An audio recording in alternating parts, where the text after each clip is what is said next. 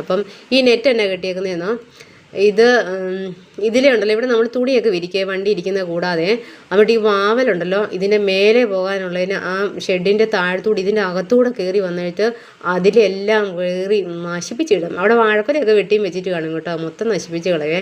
ടിപ്പുവും നാപ്പും കൂടെ കറക്കമൊക്കെ കഴിഞ്ഞ് വന്ന് ബിസ്ക്കറ്റ് മേടിക്കാൻ വരുന്ന ടിപ്പുവിന് അത് കിട്ടാതെ സമ്മതിക്കുകയല്ല. ടിപ്പുവിന് രാവിലെ ചിലപ്പോൾ എങ്ങാനും ഒന്ന് ബിസ്ക്കറ്റ് തീർന്നു പോയാൽ പിന്നെ അങ്ങനെ കാറിക്കൊണ്ടിരിക്കും അവനത് വേണം. എന്നിട്ട് അത് മിക്കവാറും അത് മേടിച്ചുകൊണ്ട് കൂട്ടിലോട്ട് പോവേ.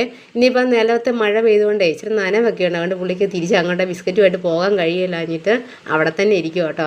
ഇപ്പോൾ ഈ സ്നേഹമൊക്കെ കാണുമ്പോൾ ഓർക്കും പാവം പട്ടിയല്ലേ, അതിനെ അങ്ങോട്ട് അഴിച്ചു വിടാൻ മേലേന്ന്. വെറുതെ കേട്ടോ, ഞങ്ങളോട് മാത്രമേ ഇഷ്ടമുള്ളൂ, ആരെ കണ്ടാലും കടിക്കണം ഒറ്റ മെൻറ്റാലിറ്റി ഉള്ളു തന്നെ. ഇങ്ങനെ ഈ റോഡേ ആണേലുവേ അങ്ങ് മനുഷ്യന്മാരൊക്കെ പോകുന്നത് കണ്ടാൽ തന്നെ കുറയ്ക്കും. ഇവിടെ ഉള്ളവർക്കൊക്കെ അറിയാം. ഇപ്പോഴും ഒന്ന് ശാന്തനായിട്ടൊക്കെ ഇരിക്കുന്നത്. മുറ്റമാണെങ്കിൽ നിറച്ചും പള്ള പൊങ്ങിയേ.